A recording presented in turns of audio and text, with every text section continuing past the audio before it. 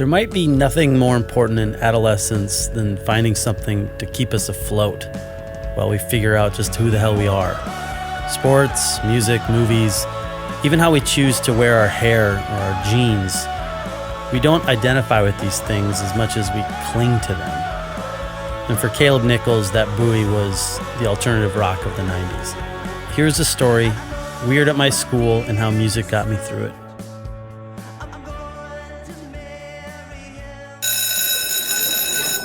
Eighth grade for me was 1994 and 95. I was 12 and then 13, and I hated life, mostly. Our middle school felt a lot like prison. It even kind of looked like one. Its beige painted cinder block walls and dark hallways were my least favorite place on earth. There was a perpetual musty, gym sweat, mildewy towel left too long in a locker smell all around the place. Most of the other kids seemed happy enough, but looking back I'm sure half of them weren't. I was uncool. Kind of pudgy with a new pair of wire-framed glasses whose lenses became dark in the sunlight and then would change to clear indoors, although they never quite got clear. I remember overhearing a girl in my class refer to me as Fat Caleb with the creepy glasses. I wore a Lion King t-shirt sometimes. I wore plaid shorts and off-brand skate shoes. Some other kids had begun a cute little clique that decided I was a fag, which was somewhat prophetic since I am gay, but interestingly enough, I had no idea at the time. I was a late bloomer. In short, school sucked badly. At night I would have dreams where I'd just run as fast as I could, away from school, away from the disgusting middle-aged teachers, my asshole classmates, all of it. I'd be running full speed down this hill and across this expansive playing field, towards the odd tunnel they'd built to go under the busy road that bordered the school. But every time, as soon as I got to the tunnel, the dream would end. I'd never quite make it out.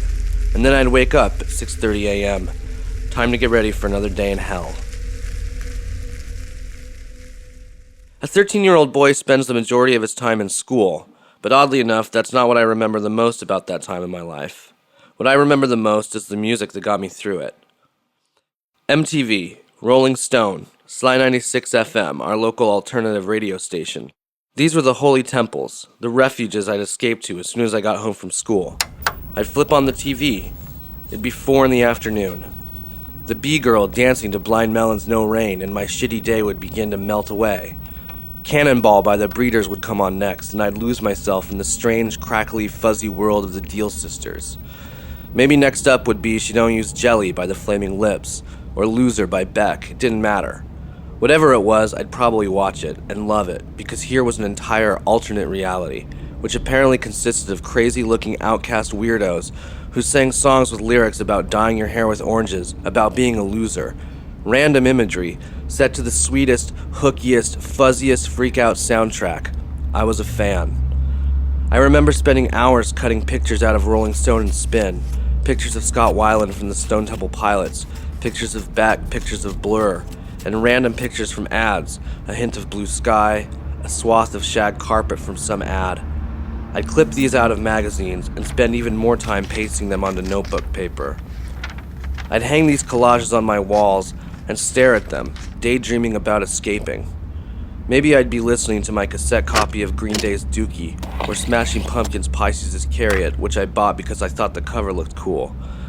I bought cassettes a lot of the time because they were cheaper than CDs.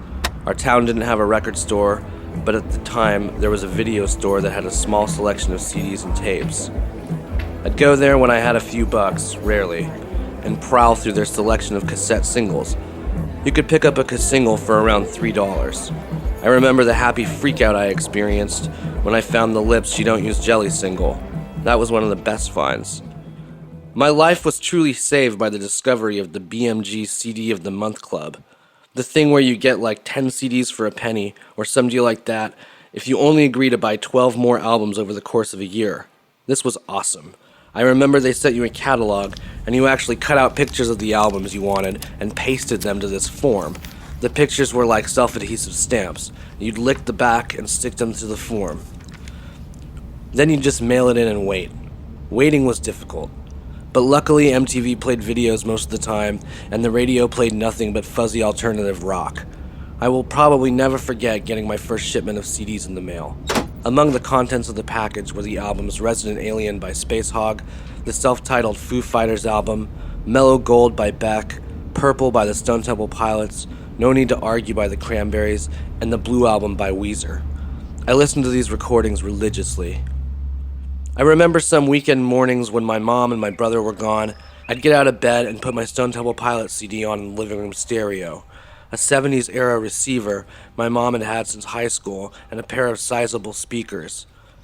We had hooked up a cheap Discman to it. I'd put that CD on and turn it up really loud.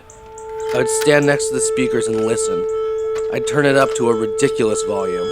I remember the feeling of my head being full of the buzzing of the music. It felt like my brain was full of bees or fast-moving clouds. I liked that feeling. It felt like I was losing myself in something.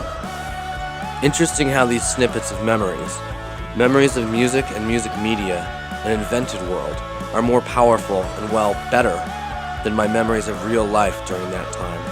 But that's what music is at its best and most potent, an escape from reality and a touchstone for the weirdo outcast in everyone. For all things Musical Yearbook, check out themusicalyearbook.com.